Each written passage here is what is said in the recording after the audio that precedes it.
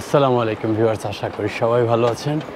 আলহামদুলিল্লাহ আমিও ভালো আছি। আজকে খুব গুরুত্বপূর্ণ এবং প্রয়োজনীয় একটা তথ্য আপনাদের দেওয়ার চেষ্টা করব। ফ্লাইটে কিভাবে ড্রোন নিয়ে যাওয়া যায় অথবা যায় কি না, এটা আমরা যারা ড্রোন ইউজ করি প্রায় সবার একই ধরনের প্রশ্ন, কিভাবে নিয়ে যাব, কিভাবে নেওয়া যায়। আজকে এই ভিডিওতে আমি সম্পূর্ণটা আপনাদের দেখাবো কিভাবে নিয়ে যায়। আমি একদম বাংলাদেশ এয়ারপোর্ট পর্যন্ত, এখন আমি আছি কুয়ালালামপুর ইন্টারন্যাশনাল এয়ারপোর্ট KLIA-2-তে, একদম বাংলাদেশ এয়ারপোর্ট পর্যন্ত নিয়ে যাব এবং আপনাদের দেখাবো যে এয়ারপোর্টে কাস্টমসের কোনো সমস্যা হয় কি না, সব কিছু। আশা করি আমার সাথেই থাকবেন এবং যদি আপনার এই বিষয়টা দরকার থাকে সম্পূর্ণ ভিডিওটা দেখবেন। আশা করি আপনার সম্পূর্ণ উত্তরটাই পেয়ে যাবেন।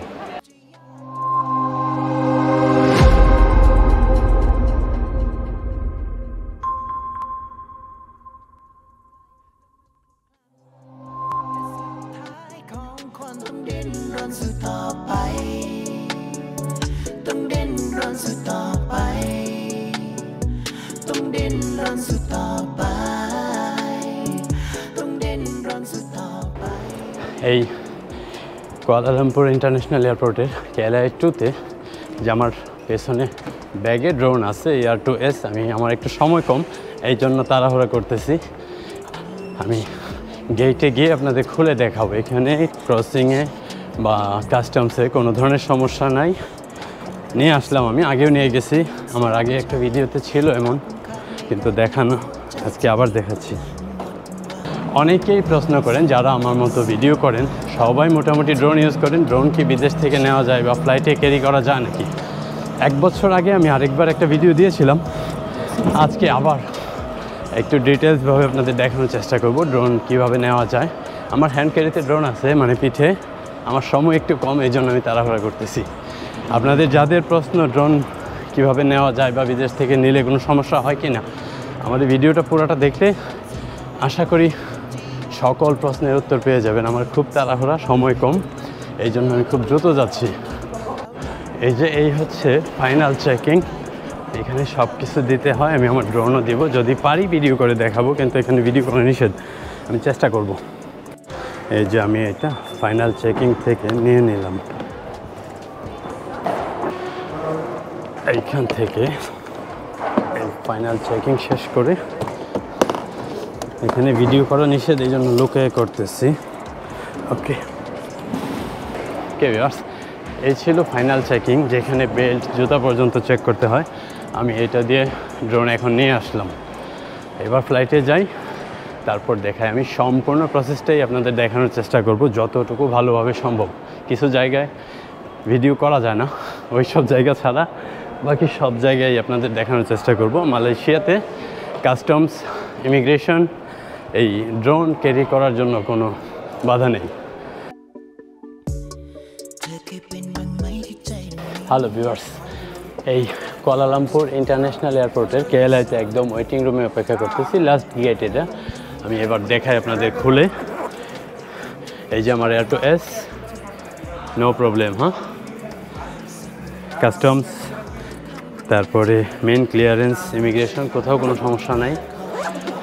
থাকেন, আমি হ্যান্ড ক্যারিতে নিয়ে আসছি এইভাবে, ব্যাগে করে নিয়ে আসছিলাম, এখন খুললাম আপনাদের দেখানোর জন্য।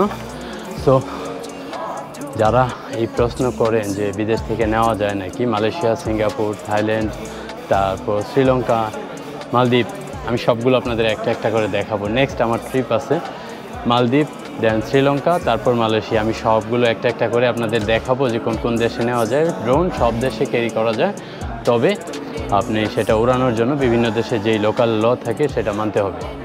আমি ফ্লাইটে যাব, ফ্লাইটের পর বাংলাদেশ কাস্টমস ক্লিয়ার করে একদম পার হয়ে তারপর আপনাদের আবার দেখাবো।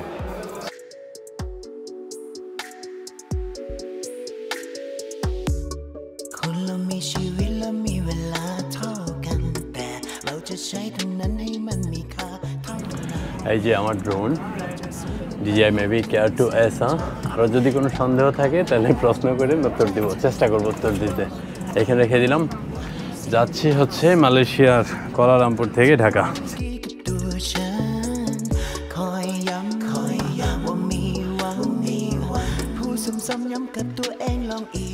দারুণ একটা মজার জিনিস দেখাই, পুরা ফ্লাইটই খালি, সামনে তো আমি একা, এই টোটাল 50% খালি, একটাও নাই। আমি এয়ার এশিয়ার যে ফ্লাইটে আছি, যে ফ্লাইটে আছি আর 50% খালি, অথচ টিকিট কেনার সময় পাওয়া যায় না। এই ফ্লাইটের 50% খালি, এই অর্ধেকে আমি একা, একদম একা। যাই এই আমি এখন একদম মাঝ আকাশে ফ্লাইটে। আমি আপনাদের এই যে এটা খুলে দেখাচ্ছি, কারো যদি কোনো প্রশ্ন থাকে। এই যে ড্রোন,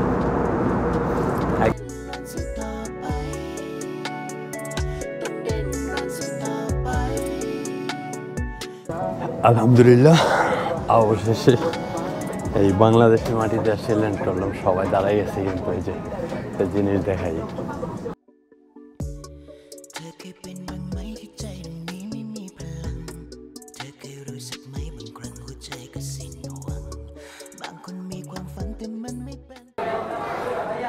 ভিউয়ার্স চলে আসলাম একদম এয়ারপোর্টের গেটে। তো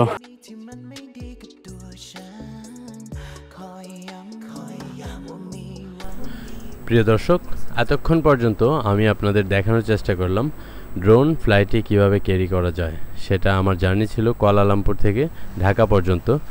আমি এই ভিডিওর পরবর্তী পার্টে দেখাবো মালদ্বীপ, শ্রীলঙ্কা এবং মালয়েশিয়ার আরও বিভিন্ন স্থানে ফ্লাইটে ড্রোন ক্যারি করার সবগুলো ভিডিও সংক্ষিপ্ত হবে, কারণ আমি এখানে আপনাদের দেখানোর চেষ্টা করেছি কীভাবে বহন করতে হয় সম্পূর্ণভাবে হ্যান্ড ক্যারিতে। একটা ড্রোন সহজভাবে নিয়ে যাওয়া যায়, কোনো প্রবলেম নাই।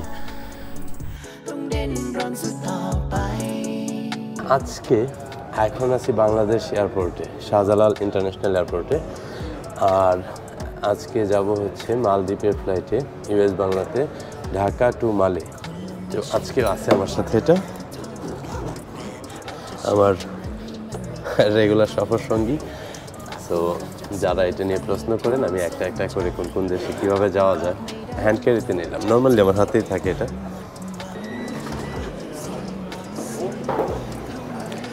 এখন আমি আছি মালদ্বীপের ইন্টারন্যাশনাল এয়ারপোর্টে। আর এই যে আমার সাথে ব্যাগ, আমার এই ব্যাগের মধ্যে ড্রোন। মালদ্বীপের ট্যুর শেষ, এখন আমরা এয়ারপোর্টে আছি। এখান থেকে চলে যাব শ্রীলঙ্কা। বাবা বাই বাই মালদ্বীপ।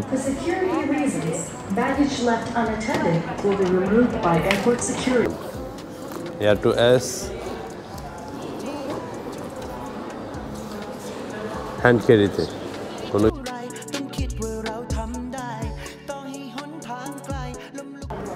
এই মুহূর্তে আমি আছি শ্রীলঙ্কার কলম্বো ইন্টারন্যাশনাল এয়ারপোর্টে।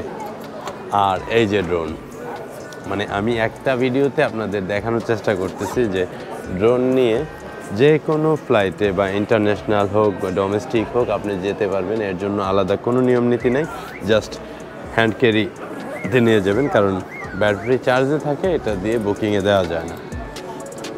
এই যে এয়ার টু এস আর শ্রীলঙ্কা কলম্বো এয়ারপোর্টে আছি এখন। পেনাং ইন্টারন্যাশনাল এয়ারপোর্টে মাত্র ফ্লাইট থেকে নামলাম। আর এই যে আমার ড্রোন আমার সাথেই আছে।